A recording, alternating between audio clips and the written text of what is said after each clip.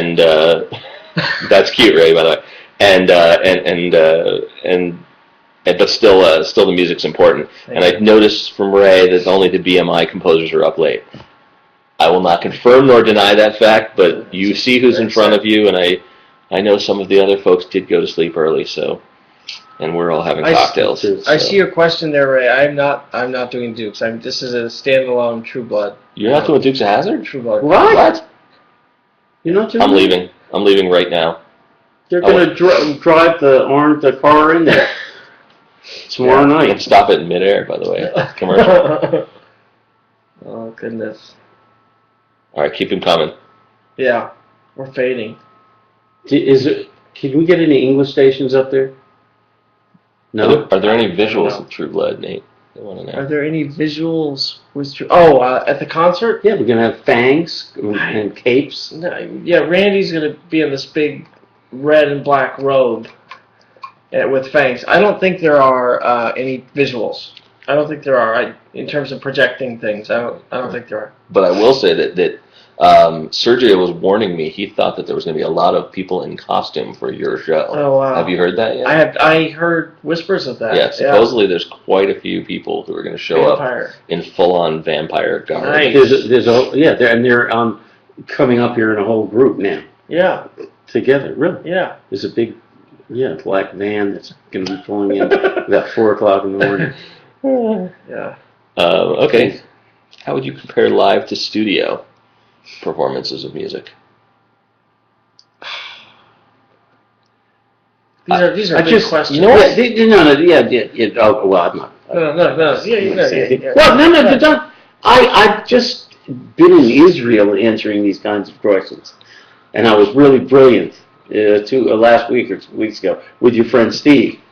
Oh, of course. Yes, of course. And we were very brilliant with these questions. But at this hour, these kind of general questions cannot be answered. Like the difference that someone asked between live and studio performances? Yeah. Two very, very different animals. You, of course, try in a studio setting, depending on what it is, to get it sounding live, but there's other things that can't be, done in a live setting that you can do in a studio. So you do it that way. Right? Nate? Right, sure. I would rather hear Chris talk about this because he's a conductor. Do you conduct differently in a live scenario than you do in a studio scenario? I mean, that's for sure. In fact, I think the hard part about it is to in studio conducting, you're dealing with picture most of the time. In live, most of the time you're not, unless you're doing something, the bowl or something. But for me, it's actually very hard for me to sort of feel comfortable with a performance without having the picture, especially for something that was written to picture. Yeah, sure, yeah. So a lot of times I'll get halfway through the piece and realize I got too excited and I'm going way too fast, or I started too slow and now I'm trying to herd the cows a little bit. Do you do with click when you're in the studio, or not always? I love actually not doing with click, but there's always too many pre-records to usually get away with that. Usually it's only like the real romantic stuff that you can kind of get away without click. But I think the hardest thing for me, I know, is when you're not necessarily feeling the right tempo and you've got to kind of drag everybody along with you, and there's 100 people, so you're kind of trying to ramp up the machine a little bit. Right. But that said, there's nothing like live performance, whether it's a rock band or an orchestra. Totally. Nate will be showing that tomorrow night. With your help. You're in a different venue tomorrow night. Yeah, I don't know where we are. Yeah, I don't know where we are. We're not in the 1,000-year-old. Yeah, well, the venue which is the hospital. Yes, the hospital. It's super crazy old, I guess, which is really, I guess that's very old. And so, where are you? I have no idea. Out back. He's actually playing by the pool. Yeah. He's playing by the pool. We're getting punchy. We have no idea. Where did you get that ice? This kitchen stole it next door. Where's the kitchen? Where's the kitchen? It's one door down. Go help yourselves. That was my problem. I'll keep laughing. Go you help just yourself. keep it up because you're doing very well. Okay, what else you got, Ray? Who else is there? Eric Woods, you still there? I know it's you. How many Hit people? me with a good one. Hit me with a good question. How many people are out there right now? There are 8. Let's see if we can. There are. Yep. Let's see if we can overload the server with everyone bombarding it with questions. Ooh, that's a good idea.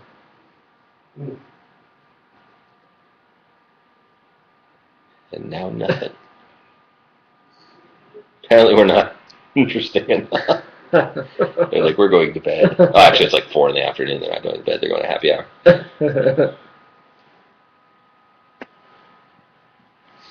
You want to see the... Hey, you know what? We should show them our lovely... As long as they're sitting here and nobody's talking to us, you've got to see this pool. Oh, yeah, pool is amazing. It's fantastic. So there's the pool. Yep, lovely. Lovely. Here's this very fantastic lounge that we're sort of hiding in right now, trying not to wake up the rest of the gang. And here, we're going to even walk over here. Ray, I don't know if you're still listening. Here we got a little Matrix Orchestra signed piece. Something from Passion of the Christ over here. Got something from Johnny Frizzell. Got, who else is over here?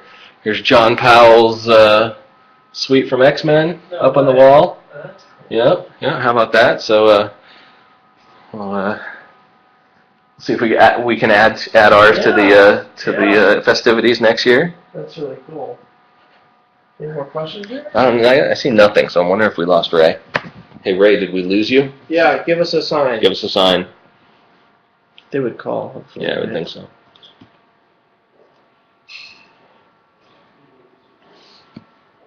Yeah. God, You're good.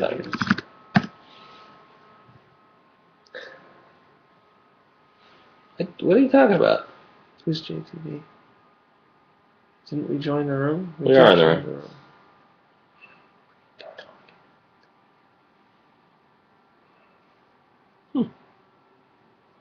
Ray. Right. Hey. What happened?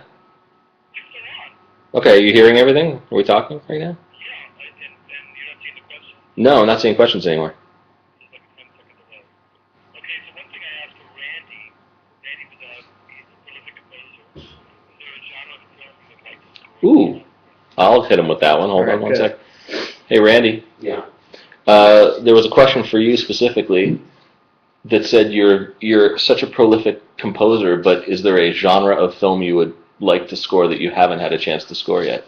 That I have, well, I'd like to do more personal, intimate, passionate, moving stories.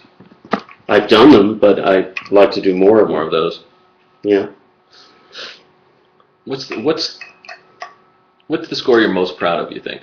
Or the score that you really think you felt like something with that you if you had to pick one on a desert island to show someone your stuff. And I'm not saying this because I think they're all No. they may all be one. I mean, I'll go ahead and say, I mean, obviously the Gettysburg thing was huge. I mean, even for me, I remember that, listening to that about a bazillion times, you know? Well, thank you. I do like Gettysburg, but there's other ones that, Passion of Mind and even the score to Indian in the Cupboard that I love, that a lot of people don't know that I like very much, you know. I forgot about that. That was a great one. Totally. In fact, I think that's been temped into a lot of lovely things that I've done. Nice. Yeah, so. Which is a good sign. We're still not getting any new questions. Okay, so and we're still not getting typed questions, Ray. If you have anything else for us? Okay, so that being said, you asked this to Randy, but for you and Nate,